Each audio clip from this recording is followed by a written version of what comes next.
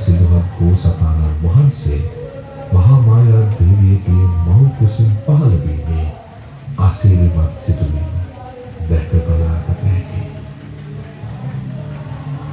සිදුහත් බෝසතාණන් වහන්සේගේ ඉපදීමත් සමග පහළ වන සහජාත වස්තුන් 7ක් ඇත.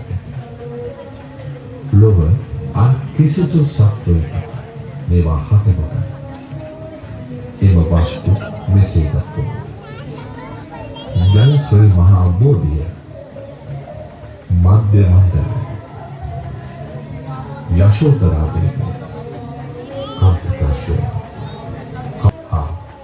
ලෝකාන් කෙරෙක නරකය පවා එළිය කරගෙන අප ගෞතම සම්මා සම්බුදුරජාණන් වහන්සේ බුද්ධත්වයට පත්වන අවස්ථාවක සම්මා සම්බුද්ධත්වයට පත්වීමෙන් පසු පළමු ධම්මචක්‍ර සූත්‍රය දේශනාව ධර්ම චක්‍ර සමූහය දැක බලාගත හැකියි.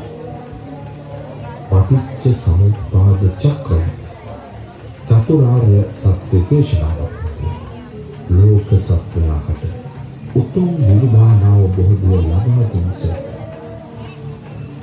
ලෞකික වූ දිව්‍ය බ්‍රහ්ම ඵල ගැන සසරේ ඇති භයංකර සතර අපාගත තත්ත්වය ගැන මනාව දේශනා කරන ලබසෙත්. ඔබ ඉහළ ආසනස බලන විට පෙනේ දිව්‍ය විමානවල වැඩවසන දිව්‍ය බ්‍රහ්මාණ්ඩ පිරිස.